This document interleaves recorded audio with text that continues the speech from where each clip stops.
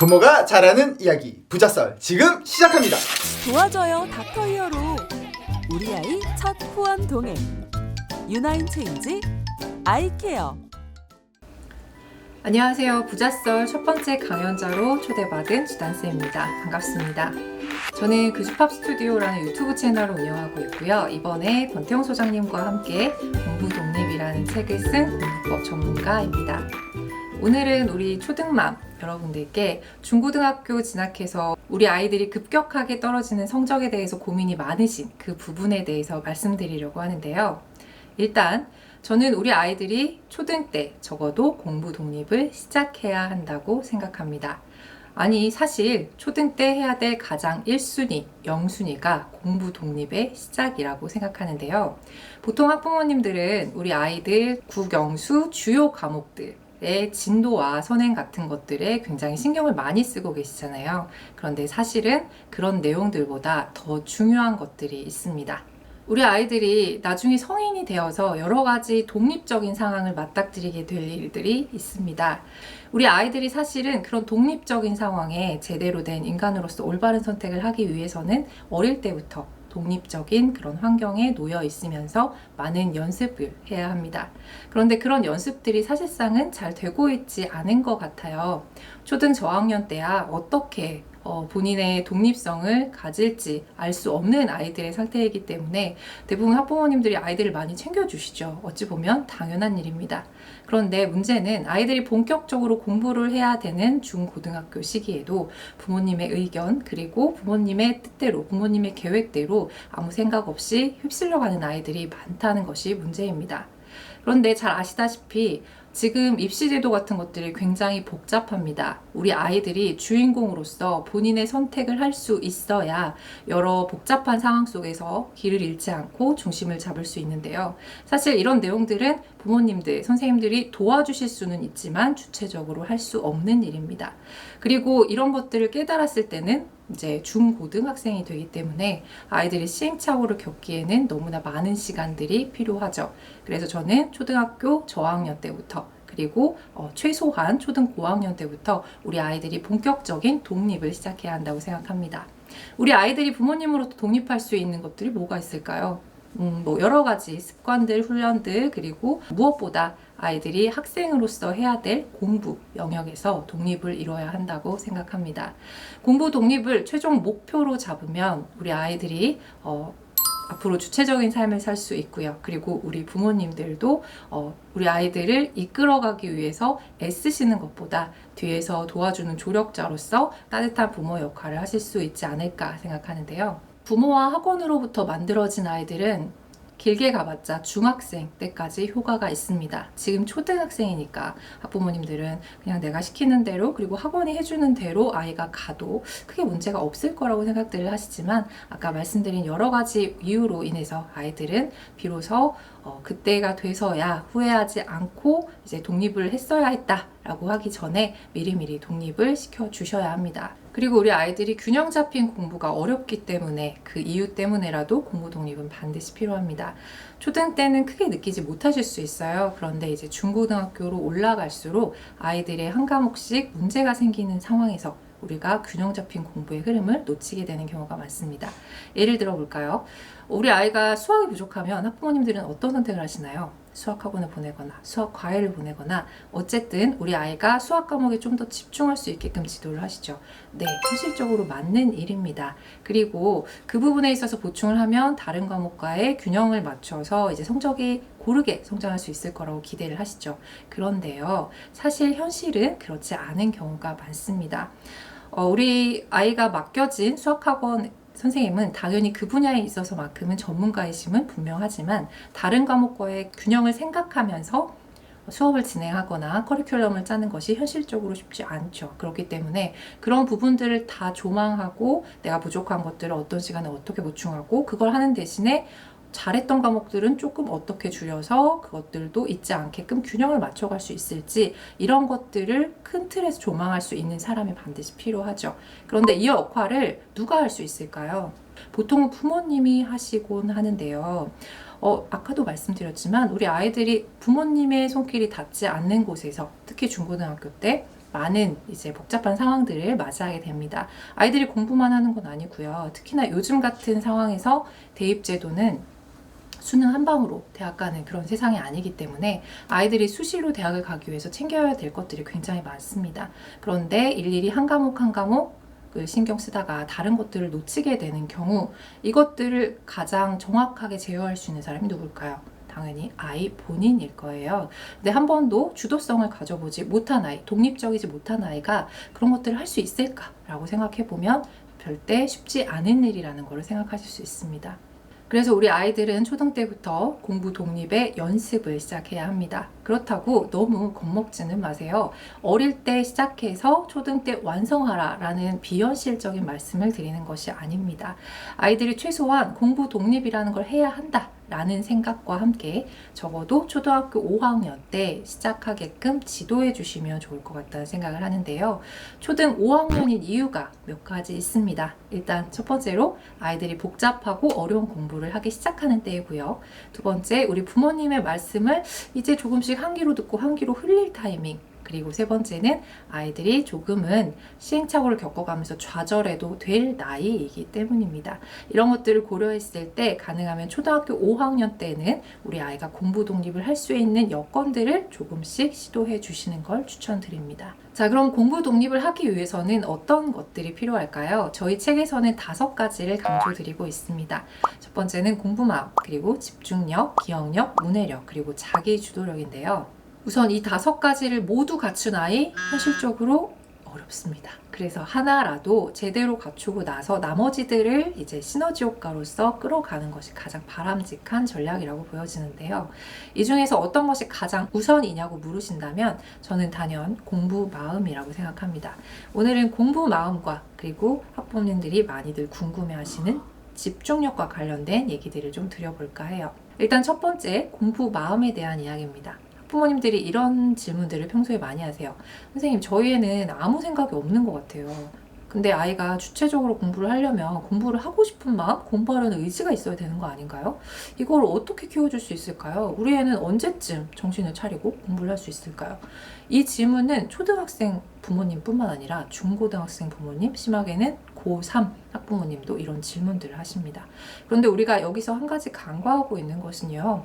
아이들이 모두 다 공부할 의지를 가져야만 공부를 할 수 있는 건 아니라는 거예요. 우리가 여기서 말하는 공부 의지라는 거는 긍정적인 거, 우리가 기대하는 대답들이죠. 저는 나중에 훌륭한 사람이 되기 위해서 공부를 할 거예요. 그리고 저는 이렇게 지식을 얻음으로써 제가 성장하는 거에 굉장한 기쁨을 느껴요. 이런 식의 대답을 하는 아이들을 기대하시는데요. 현실적으로 아이들이 공부하는 이유는 그것보다 굉장히 사소한 이유들이 많습니다. 우선 첫 번째, 제 경험이기도 한데요. 저는 칭찬에 굉장히 목마른 학생이었어요. 이런 것처럼 부모님의 칭찬과 기대가 아이에게 커다랗게 긍정적으로 작용하는 그런 아이들도 있습니다. 이런 아이들은 사실은 칭찬받기 위해서 공부했다 라고 하는 내재적인 어떤 동기이기는 하지만 이게 무너지게 되면 공부할 의지도 같이 잃어버리는 위험성을 가질 수 있겠죠. 어쨌든 본인이 계속 칭찬받기 위해서 열심히 노력하는 아이들은 이런 유형들이 보통 있을 테고요. 그리고 또 공부 잘하는 내가 멋져서 공부를 잘하고 싶어하는 아이들도 있습니다. 그리고 또 친구들의 시선으로부터 뭔가 좀 우러러 보이고 싶어서 공부를 잘하고 싶어하는 아이들도 있고요. 좀 단순하게는 엄마의 잔소리가 듣기 싫어서 이렇게 대답하는 아이들도 있습니다.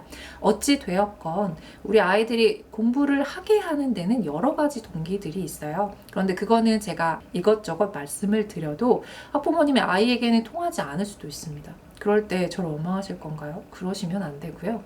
아이들의 동기부여를 위해서 우리가 끊임없이 노력해야 하면 물론이지만 우리가 노력하지 않았던 부분에서 우연히 아이에게 공부 동기가 찾아오게 되는 그런 경험도 분명히 만나실 수 있습니다.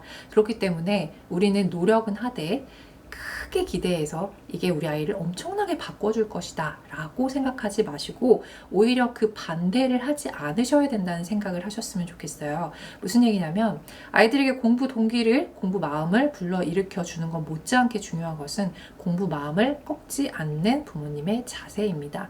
그런데 평소에 부모님들도 이렇게 생각하시거든요. 저는 평소에 아이한테 그렇게 공부를 강요하지도 않았고 하라고 하지 않는데도 불구하고 그리고 또 제가 그렇게 심하게 잔소리를 하는 것도 아닌데도 애는 공부하기 너무 싫어하는데요. 이렇게 본인은 별로 큰 문제가 없다고 생각하시는 학부모님들도 많으세요. 그런데 가만히 우리가 생각을 해보면, 그리고 또 제가 이렇게 말씀드려서 우리의 과거의 모습, 우리의 평소의 모습을 조금씩 되돌아서 생각해 보시면 생각보다 뜨끔하시는 경우들이 많이 있으실 수 있습니다. 자, 우리는 쉽게 부모님의 못다 이룬 꿈을 아이에게 투영하고 있는 분은 계시지 않나요? 상당히 흔한 유형으로 보여지는데요. 내가 어릴 때 공부를 별로 못해서 우리 아이만큼은 공부를 잘하는 아이로 만들고 싶다. 내가 영어를 못해서 취업도 문제가 있었고 여러 가지로 좀 속상한 일이 많았으니까 우리 아이는 영어만큼은 좀 잘 시켰으면 좋겠다. 이런 부분들, 물론 처음의 의도는 굉장히 좋죠. 그런데 아이를 돌아보지 않고 무조건 강요하는 식으로 진행되는 것이 항상 문제입니다.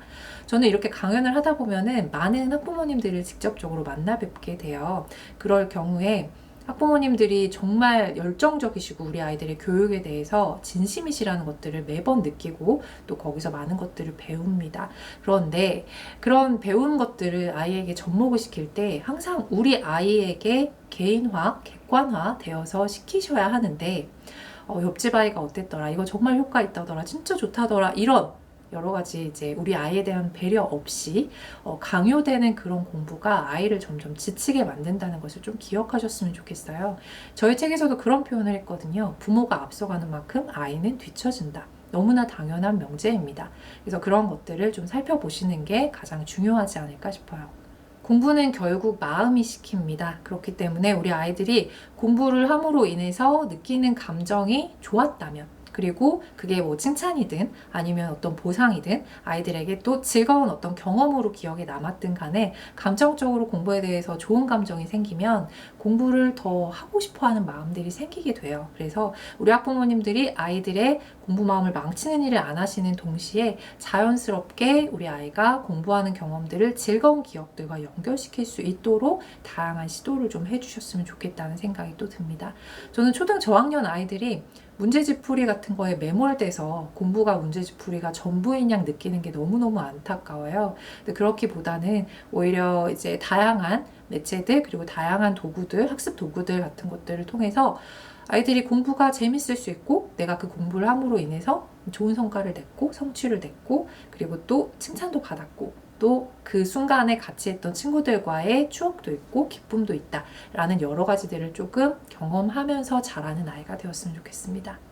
그리고 학부모님들이 또 많이들 생각하시는 부분이 우리 아이의 부족한 점들을 좀 바꿨으면 좋겠다는 생각도 많이 하고 계세요. 물론 잘못된 것들을 바꿔야 하는 것은 맞습니다. 하지만 부족한 것을 무조건 키우려고 노력하다가는 부러지는 상황들도 발생할 수 있다는 거죠. 모든 아이들은 다 장점과 단점을 가지고 있습니다. 그런데 우리는 장점에 주목해야 함에도 단점에 주목하는 경우들이 많죠. 아이들이 못하는 거, 그리고 또 흥미를 갖고 있지 못한 것들, 하지만 꼭 해야 하는 것들, 이런 거에 주목을 하게 되면 아이한테 의도치 않게 강요하는 상황이 만들어질 수밖에 없습니다.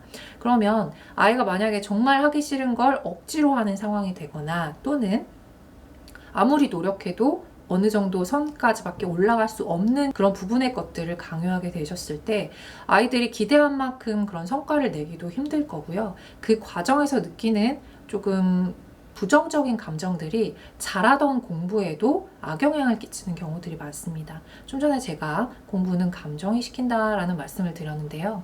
그런 감정들이 잘하고 있는 공부도 오히려 망치게 할 수 있다는 점을 좀 기억해 주셨으면 좋겠어요.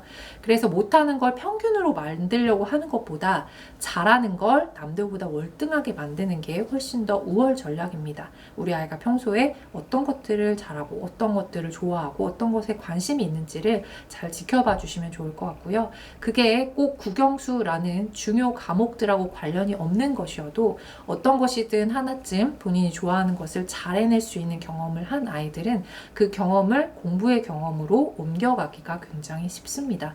그런데 본인이 하고 싶은 걸 항상 부정당하고 본인이 하고 싶은 걸 못하게 이제 부모님이 한 그런 아이들은 나중에 뭔가 좋았던 경험, 성공했던 경험들이 없기 때문에 공부도 잘할 수 있을 거라는 기대감을 갖기가 굉장히 어려워요. 그래서 그런 부분들을 학부모님들이 많이 신경 써주셨으면 좋겠다는 저의 바람입니다.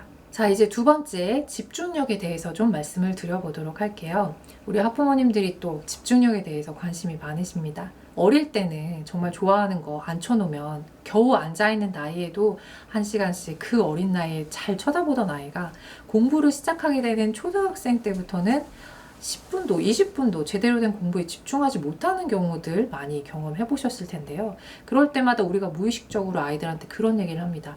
아니, 너는 레고 조립에는 2시간이나 시간 투자하고 집중하면서 왜 수학 문제 푸는데 10분도 못하니?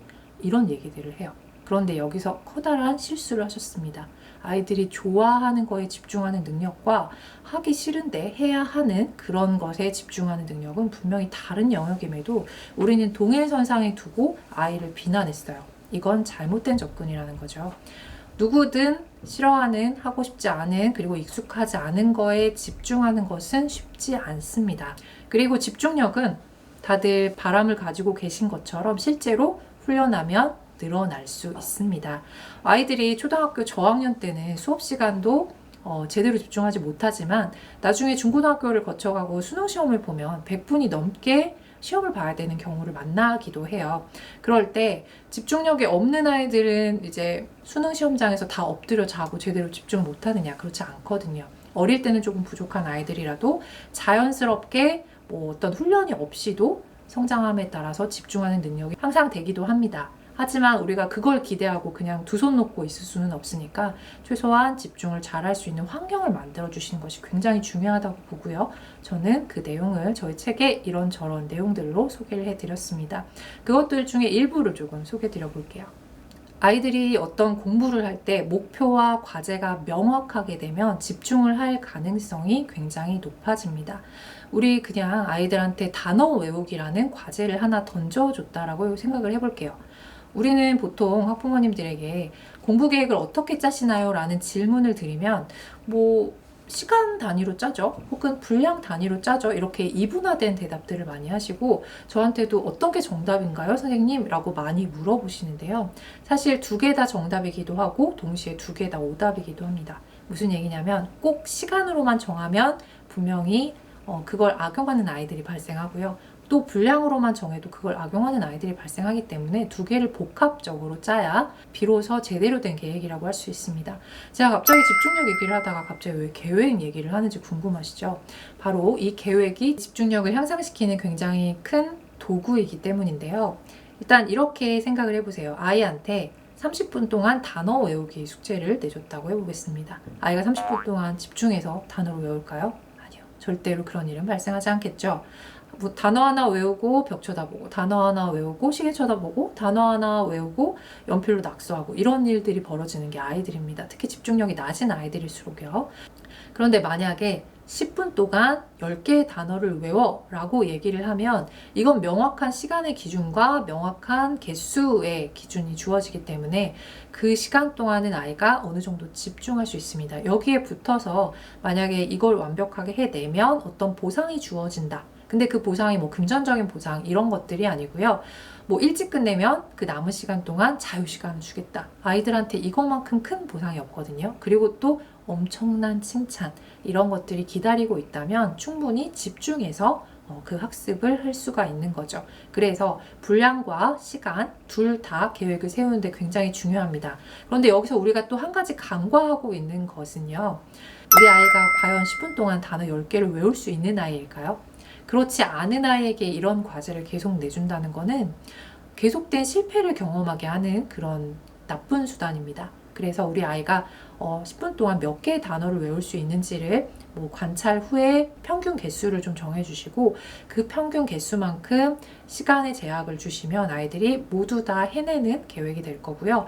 계획을 너무 긴 시간 동안에 오래 집중하는 계획을 처음부터 세우시면 안 됩니다. 우리 아이가 예를 들어 지금 15분밖에 집중하지 못하는 아이라면 15분부터 시작하시는 거예요. 그리고 또 쉬었다가 또 15분 이런 식으로 해서 조금씩 시도의 개수를 늘려가시고 그리고 같은 한 시도 안에서 시간을 조금씩 늘려가시는 훈련을 해주시면 좋을 것 같습니다. 이런 계획, 구체적인 계획으로 인해서 아이들이 집중력 향상을 할 수 있으니까 꼭 한 번씩 해보셨으면 좋겠고요. 그리고 아이들이 집중하기 위해서는 환경도 굉장히 중요합니다. 그런데 이 환경은 사실상 이런 훈련보다 훨씬 더 쉬우실 수 있어요. 자, 우리 아이들이 평소에 공부하는 환경을 한번 생각을 해보겠습니다. 특히 자녀가 2명 이상이신 경우에는 아이들한테 공부하는 시간을 아예 지정해 주시고 같이 같은 공간에서 공부하게 하시는 경우들도 많아요. 그런데 이때 부모님은 뭘 하고 계시나요?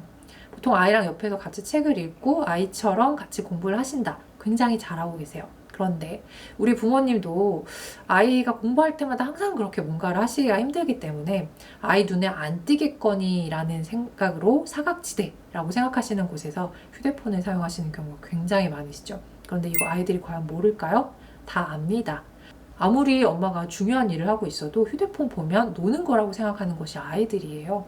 그래서 가능하면 그런 환경에 두게 하시는 거는 조금 지양해 주셨으면 좋겠다는 생각이 들고요.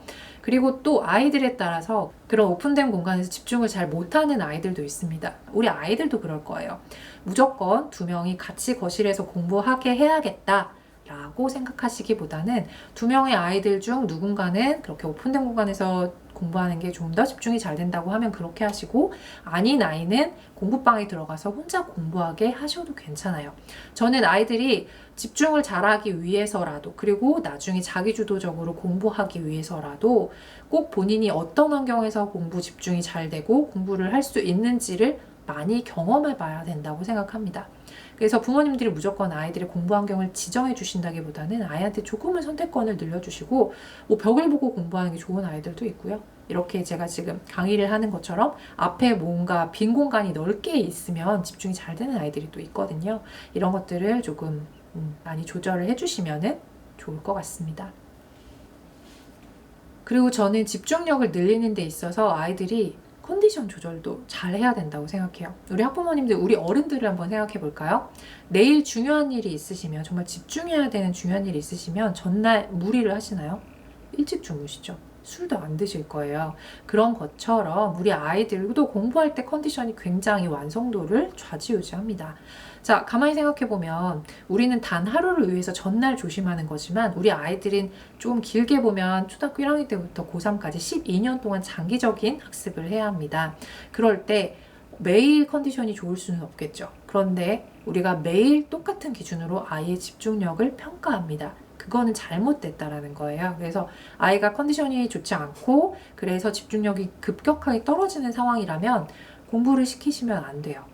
그리고 아이들에게 그런 탈출구는 잠이나 또는 이제 몸을 움직이는 그런 외부 활동이 도움이 될 수가 있습니다. 그래서 우리 초등반 학부모님들은 아이들한테 지금 뭐 외부 활동, 공부 외에 외부 활동들도 많이 시키고 계시리라고 생각이 드는데요.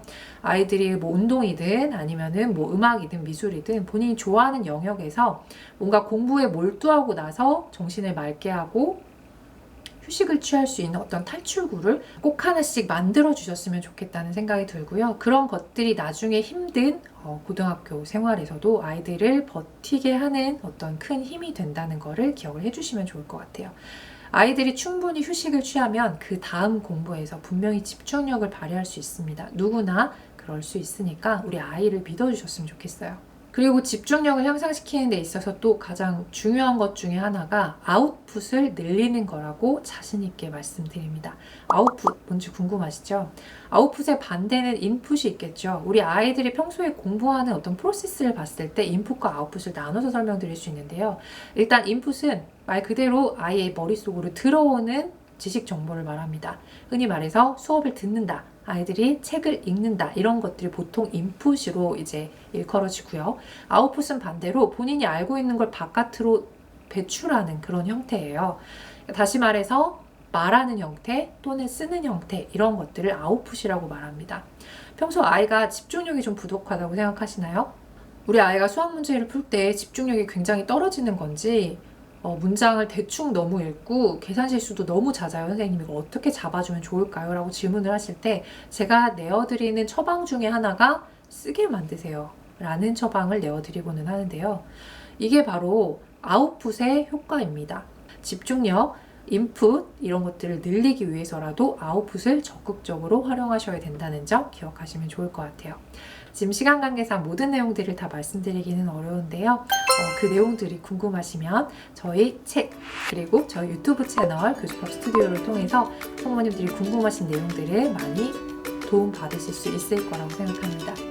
부자썰 첫 번째 강연자로 초대받아서 너무 영광이었고요. 우리 학부모님들께 오늘 제가 말씀드린 내용들이 조금이나마 도움이 되셨으면 좋겠습니다. 초등맘TV 많이 사랑해 주시고요. 저희 교수법 스튜디오도 방문해 주세요. 감사합니다.